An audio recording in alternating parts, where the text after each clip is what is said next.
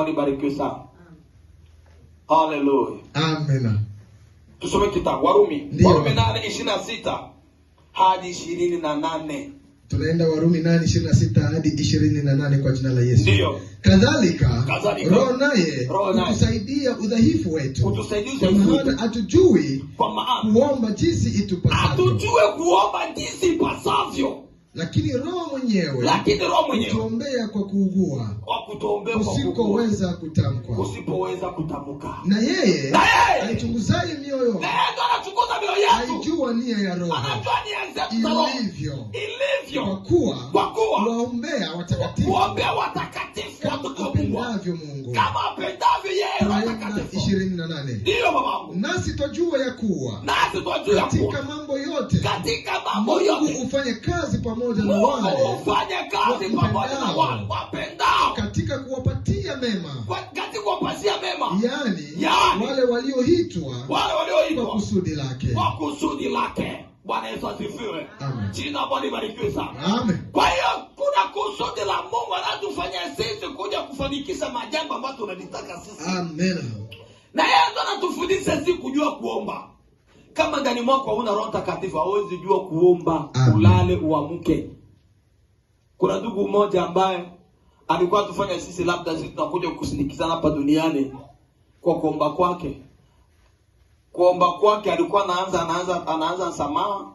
Kuanza msamaha unajikuta hapa anaanza kuvunja nguvu za giza. Kutoka nguvu za giza anaingiza Roho Mtakatifu, kualika Roho Mtakatifu. Baada ya pale tena anarudia tena toba. Kutoka toba anaanza kumsifu Mungu kwa sababu hajui. Nilipomwambia ndugu yangu unachanganya mambo. Watu waombagi hivyo, ndani mwako hauna mbegu ya Roho Mtakatifu. Hapana, ninayo. Ninasema hivi, ndani mwako wewe usiweke ubishi kitosi kukujua.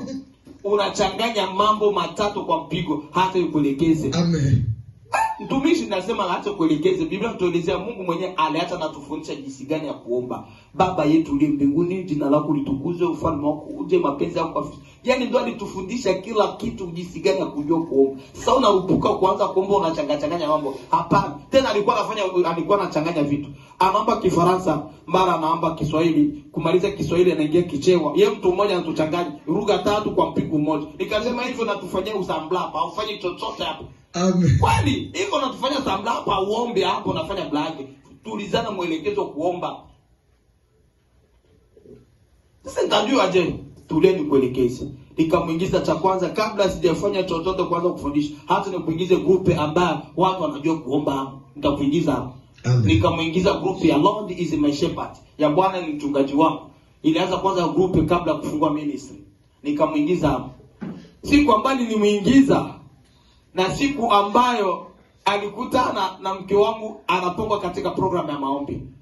Na mimi sikuwa najua, nikajikuta tayari ameshapangwa. Mke wangu akaanza kuomba. Mkianza kuomba yeye kufikia alikuwa ana namba ya mke wangu, akasikia maombi, huyu mama ni mtu aonekana. Huyu mama yuko wapi? Nikamwambia wewe soma kwanza namba, hii namba iko wapi? Iko hapa Malawi. Sasa iko hapa Malawi. Yeye kuangalia sura akasema ni amai unaona jinsi alikuwa anaomba hivi ndio inatakiwa mtu kuomba. Hivyo alikuwa anaomba ombi. Baba, mama ameshangaza leo. Kwa hiyo sisi hatujui kuomba. Roho Mtakatifu anasaidia mtu kujua kuomba. Kwa hiyo kuomba ni mistari na kwa napangwa kama vile plani. Amen. Maombi ni plani za kupangwa, na maombi yana njia zake za kuomba. Kama ni nafasi ya toba ni toba.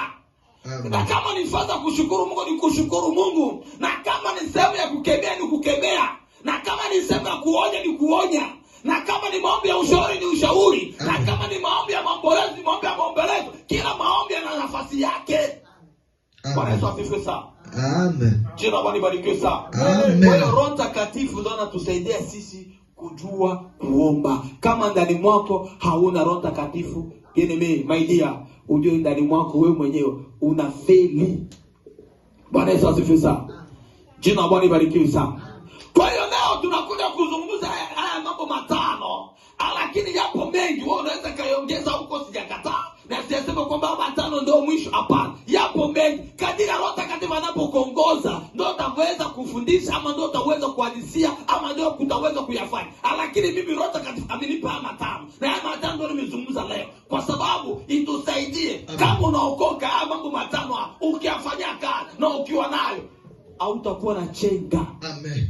Na ama individual bana kusumbua kila siku kuanga watapata nafasi tena katika maisha yako. Amen. Bwana Yesu asifiwe sana. Amen. Jina Bwana libarikiwe sana. Amen. Kwa hiyo tunalazimika kazi ya Roho Mtakatifu katika maisha yetu, lazima vipengele vitano tutembea navyo.